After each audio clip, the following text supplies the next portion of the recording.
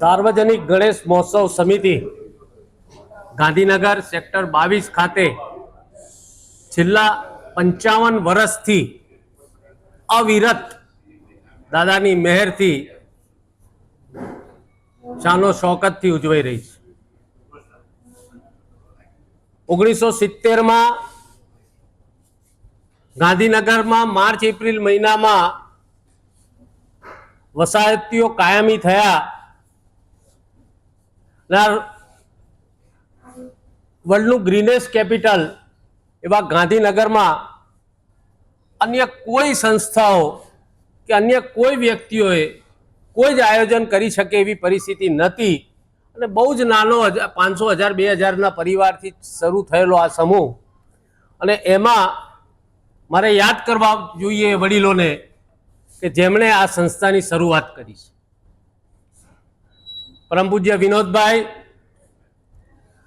પૂજ્ય સરદેસાઈ, પૂજ્ય સોહાની, જેઓ 19 સેક્ટરમાં રહેતા હતા અને એમણે ગણપતિ લાવવાનું, ગણપતિ દાદાનો ઉત્સવ ઉજવવાનો વિચાર કર્યો હતો. અને એટલા જ માટે તે દિવસથી આ અનંત યાત્રા શરૂ થઈ.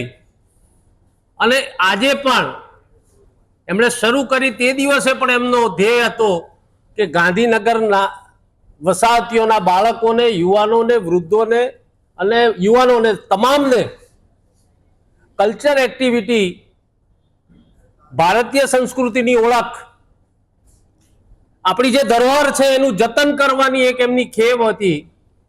અને દાદાના આશીર્વાદ અને ગણેશ ભક્તોના સહકારના લીધે આજે પણ એ પરંપરા અમે જાળવી શક્યા છે. એ માટે ઈશ્વરનો અમે આભાર માનીએ છીએ.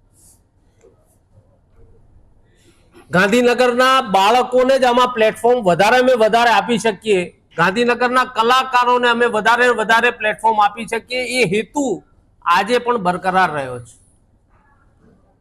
ગાંધીનગરની તમામ શાળાઓને અમે સંપર્ક કરીએ છીએ અને શિક્ષકોને, સંચાલકો સ્કૂલ પછી પણ પોતાનો સમય, એમની ઘરની પણ વ્યવસ્થા સર્જાય તે છતાં પણ એ બાળકોને એમનો સમય ફાળવીને એક અલગ કૃતિઓ તૈયાર કરાવે છે, જેમાં ગણેશ વંદના હોઈ શકે, ભરતનાટ્યમ હોઈ શકે, માતૃવંદના હોઈ શકે, પિતૃવંદના હોઈ શકે. આ બધી પર્યાવરણ પર પણ એ લોકો થીમ તૈયાર કરે છે અને એના માટે પણ અમે એક દિવસ ફાળીએ છીએ. અને પહેલા દિવસે તારીખ 27મીએ આનો જ કાર્યક્રમ છે કે જેમાં વિવિધ સ્કૂલો દ્વારા આ કૃતિઓ રજૂ કરવામાં આવશે. બીજા જ દિવસે ભારતની ધરોહરની સાથે સાથે રાષ્ટ્રભક્તિની વાત કરીએ છીએ અમે. At SPU, education isn't just about today, it's about building a better tomorrow. Welcome to SPU, where innovation meets excellence. Study in a cutting-edge environment with programs across technical, medical and paramedical streams. Choose from 120 plus courses in 14 disciplines. Train at our 812-bed multi-specialty hospital. Get career ready with 180 plus placement partners and global university tie-ups. SPU, educating minds, empowering tomorrows.